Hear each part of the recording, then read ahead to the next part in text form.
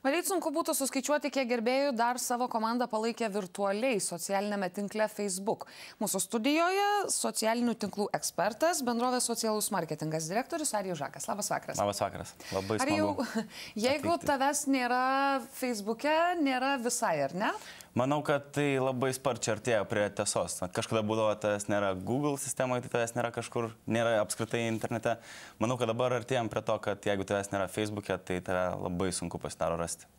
Bet Facebook akcijos krinta ir Markas Zuckerbergas imasi visokiausių priemonių, regis tai situacijai taisyti. Ar nebus taip, kad po poros metų tas tinklas numirs tiesiog? Šiuo metu Facebookas yra pats populiariausias pasaulio socialinis tinklas. Juo naudojasi turbūt dvigubai daugiau žmonių negu artimiausias priešininkas.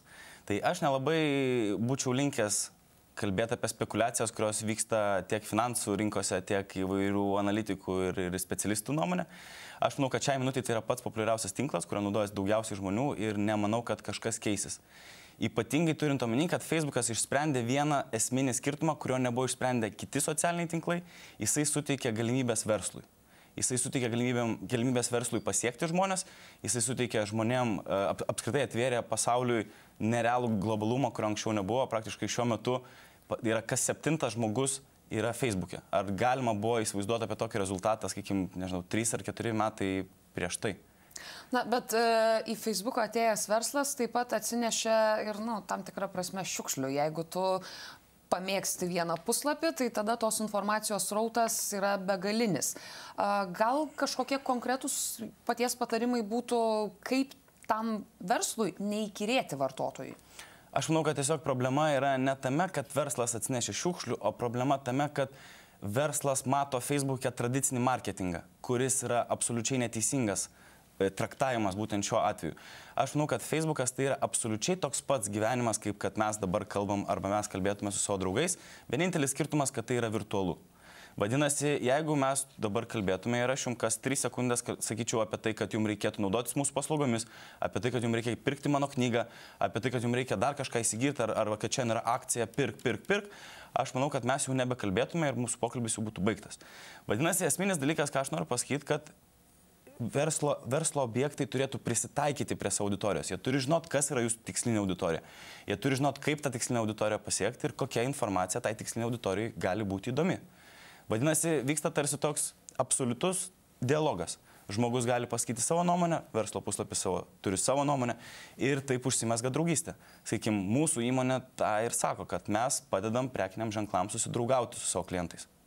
Žmonės, taip pat ne tik verslas, bet ir žmonės, tai yra draugai, draugų draugai, vėlgi atsineša šiukšlių. Yra įvairiausių nuotraukų, įvairiausių puslapių, juokelių ir panašiai.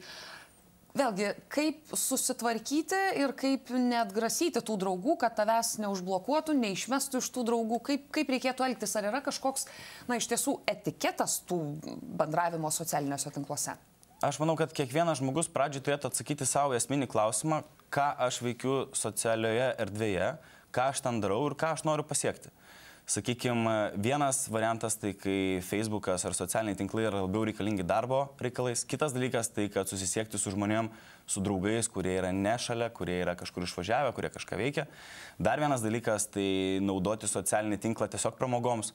Tai atsakius į šitą klausimą, tuomet pasidaro labai aišku, ką toliau daryti. Tai yra ir privatumo nustatymai, ką galima rodyti žmonėm, kurie tavęs nepažįsta, ką rodyti savo draugam.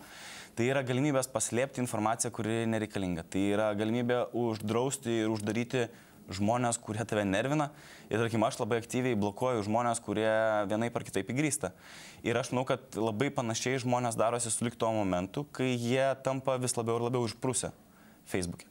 Tai, sakykime, mes šiuo metu Facebook'e kaip Lietuva, mes turim 1 100 000 vartotojų tenai. Šitas skaičius labai stipriai padidėjo per pastarosius keletą metų, bet tai nereiškia, kad mes išmokome pilnai išnaudoti visas galimybės, kurias suteikia Facebookas. Turint omeny, kad tos galimybės ir nustatymai, jie keičiasi ir tai vėlgi nemažą dalį vartotojų erzina. Ar gali būti taip, kad, tiesiog dalis atsisako vien dėl to, kad, nebespėja su laiku? Aš manau, kad tokia galimybė egzistuoja pati iš savęs, bet Facebooko vartotojų skaičius vis dar auga. jisai nesustoja augti, nepaisant visų spekulacijų tiek apie akcijų kainą, tiek apie tai, kad gali nusirpti visą informaciją, tiek kad net nepaisant to, kad yra gandų, kad vagys jūs stebi ir apiplėšus jūsų būtą, kada jūs prisičekinat kažkokioje kitoje vietoje. Visa tai nesustabdo augimo ir augimas vis dar yra pastebimas. Ir netgi Lietuvoje augimas vis dar egzistuoja. Todėl ar tikrai reikėtų kreipti dėmesį į minimalų procentą žmonių, kurie nusprendžia rinktis kitokį variantą, aš manau, kad reikėtų vis dėlto orientuotis į didžiąją masę žmonių. Dėkoju, kad atėjote pas mūsų studiją. Tai buvo socialinių tinklų ekspertas Arijus Žakas. Ačiū.